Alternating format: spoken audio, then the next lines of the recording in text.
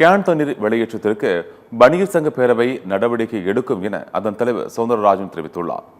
சென்னை ஆலந்தூரில் சென்னை அனைத்து நுகர்பொருள் விநியோகஸ்தர்கள் நலச்சங்கத்தின் 16ஆம் ஆண்டு விழா மற்றும் பொதுக்குழு கூட்டம் நடைபெற்றது.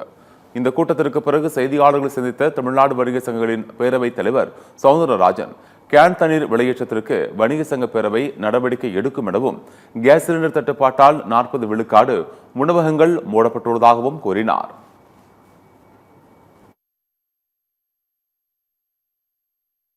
தண்ணீர் கேன் விலையேற்றம் சம்பந்தமா கேட்குறீங்க. இதற்கெல்லாம் காரணம் 1991 போடப்பட்ட உலக வர்த்தக ஒப்பந்தம். அந்த உலக வர்த்தக ஒப்பந்தத்தின் ஒரு சரத்து தண்ணீர் ஒரு விற்பனைக்குரிய பொருள் என்று கூறுகிறது. நம்முடைய மழை நீராக இருந்தாலும் ஆற்று நீராக இருந்தாலும் குளத்திலே இருக்கக்கூடிய நீரும் ஒரு விற்பனைக்குரிய பொருள் என்று அந்த உலக வர்த்தக ஒப்பந்த சட்டம் சொல்கிறது. அதன் காரணமாக பாலை விட அதிக விலைக்கு தண்ணீர் வியாபாரிகள் விலையை வைத்துக் கொண்டிருக்கிறார்கள்.